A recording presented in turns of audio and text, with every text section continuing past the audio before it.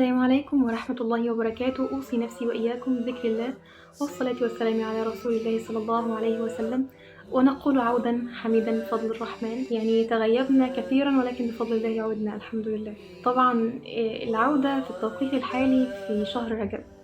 يعني شهر رجب أكتر الشهور اللي المفروض الشخص اللي عايز فعلا يبقى مستعد لشهر رمضان إنه يستعد من دلوقتي عشان يستقبل شهر رمضان وهو في دافع قوي في العبادة وفي الطاعة، وعنده يقين بالله عز وجل إن أنا بسجد وحاسس فعلا بالسجود، مش مجرد بس إن أنا بسجد كده أداء عبادة فقط لا غير.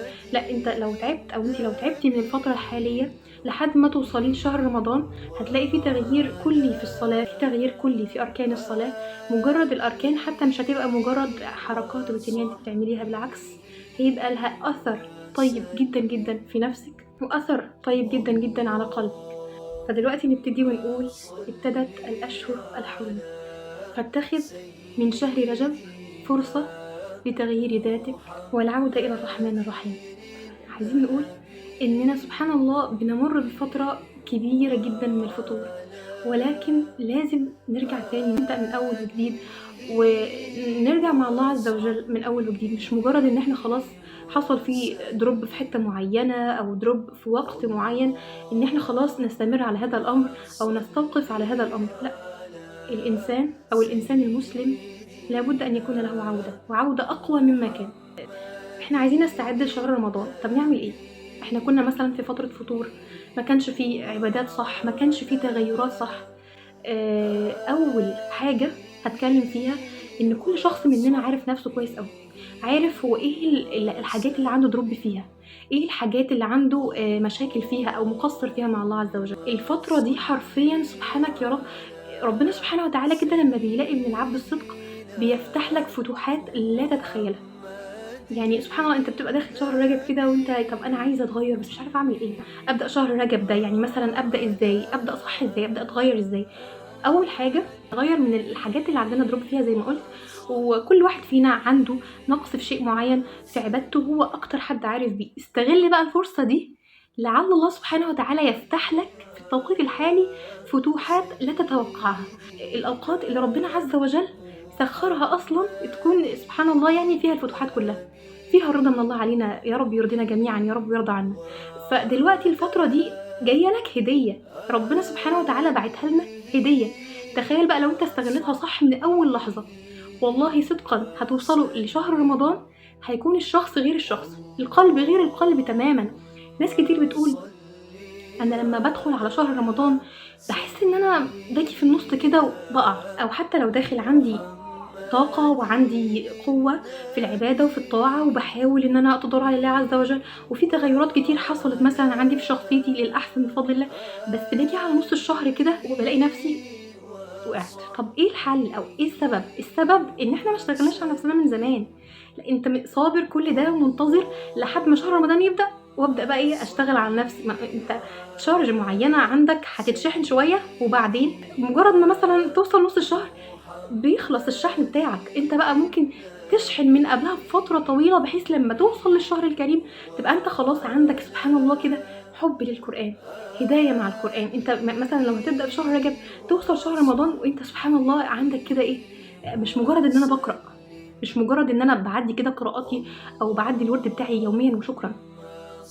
انت بتقرأ حرفيا بتدبر. سبحان الله، يعني كلنا بلا استثناء عندنا كل حاجة ليها تايمر عندنا في حياتنا، بس ليها وقت، إلا إنك تطيع ربنا سبحانه وتعالى في شيء معين. تحس إن أنت بقى دلوقتي أنا مش فاضي، عايز أخلص بسرعة. طب الصلاة، لا بسرعة أصلي الظهر على السريع 4 ركعات وخلص وبعدين أشوف اللي ورايا. طب هو على فكرة اللي أنت أصلا عايز تعمله بيد الله عز وجل، اللي أنت أصلا عايز تسيب الصلاة واللي أنت عايز تسيب كل حاجة تخص الله عز وجل، هو أصلا سبحانه هو اللي حقق لك اللي أنت رايح له.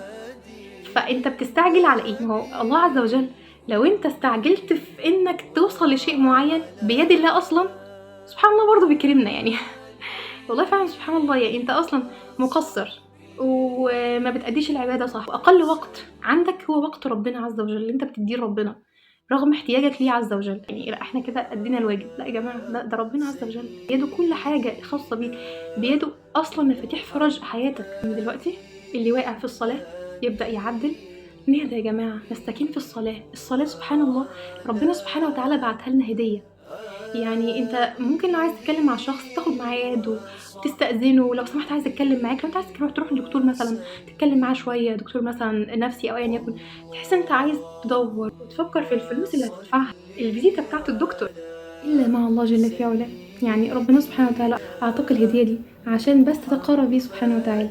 انت اللي بتحدد الوقت، وانت اللي بتحدد الميعاد اللي عايز تقابل ربنا فيه، وكل الاوقات متاحه، مفيش حتى استئذان، مجرد تتوضى وتقعد على سجادتك بس، ده المطلوب منك. والله عز وجل جل في علاه سبحانه هو اللي بينتظرك اصلا. يعني اكتر من كده يا جماعه؟ ليه بنيجي على فرض ربنا سبحانه وتعالى وبسرعه بسرعه بسرعه؟ نعدل بقى، نعدل. دي فرصه، فرصه بجد. شهر رجب ده بالنسبه لنا كلنا فرصه من ذهب، نستغلها. اللي واقع في الصلاه وبيعجل جدا في الصلاه، نبدا نهدى في الصلاه، نستكين. احنا اللي محتاجين ربنا والله، احنا اللي محتاجينه سبحانه.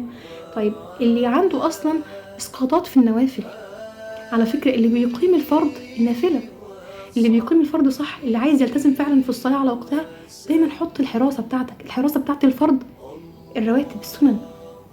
دايما سنه الظهر لا اجيبها، صعبه شويه بس هتيجي. ما تقللش من نفسك، خلقك جميل. فليه احنا بقى بنحس ان احنا لا احنا مش هننفع؟ ليه بنيجي عند ربنا سبحانه وتعالى وعند طاعة الله عز وجل ونحس ان احنا لا احنا الموضوع صعب؟ طب ليه صعب؟ طيب ده بالنسبة للي عنده اسقاطات في النوافل واللي عنده اسقاطات في الصلاة. طب اللي عنده اسقاطات في القرآن، عايز تحس بالقرآن بجد، داوم مستمر. اي شيء في الدنيا عايز تنجح فيه استمر. ما تخليش بقى عندك حتة الفطور اللي بتجيلك بقى كل فترة دي تخليك تعمل دروب خالص. يعني انا مثلا ممكن يحصل لي فطور واقع فترة في حياتي، يعني هقطع مثلا القرآن وهقطع الاوراد وهقطع كل حاجة سنين.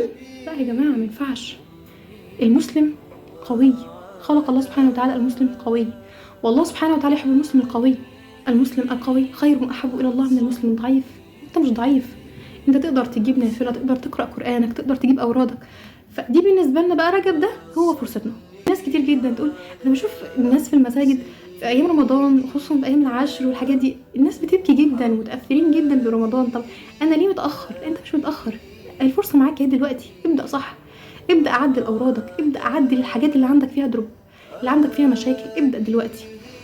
استعين بالله عز وجل. احد الصحابه يمسك المصحف ويقبله ويقول كلام ربي كلام ربي. يعني احنا فين من كده؟ احنا فين من كده يا جماعه؟ احنا نستعين بالله عز وجل.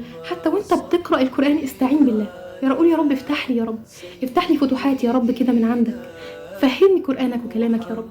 تلاقي والله سبحان الله بعد ما كنت انت بتقرا وانت مش عندك اي فهم، تلاقي واحده واحده كده ربنا سبحانه وتعالى فتح لك، تلاقي كده ايه وقفت قدامك وحاسس ان الايه دي قصدك انت، رغم ده ما كانش بيحصل. هذا الصدق. كن صادق مع الله والله ستصل. ايه تاني الحاجات اللي ممكن يكون عندنا دروب فيها او عندنا مشاكل فيها غير الصلاه وغير ورد القران؟ اذكار الصباح والمساء يا جماعه. فين اذكار الصباح والمساء؟ ناس كتير مننا بتتفلت في هذا الامر وبتشوف ان الامر ده مش مهم جدا. كان عندي صديقه جزاها الله عني خيرا، يعني كانت مجرد بس ما نبقى ماشيين وهي نسيت تقرا الاذكار، تكعبل في حاجه او كده تقول ده ذكر ربنا سبحانه وتعالى، ده اذكار الصباح، انا ما قراتهاش النهارده، فربنا سبحانه وتعالى بيذكرني.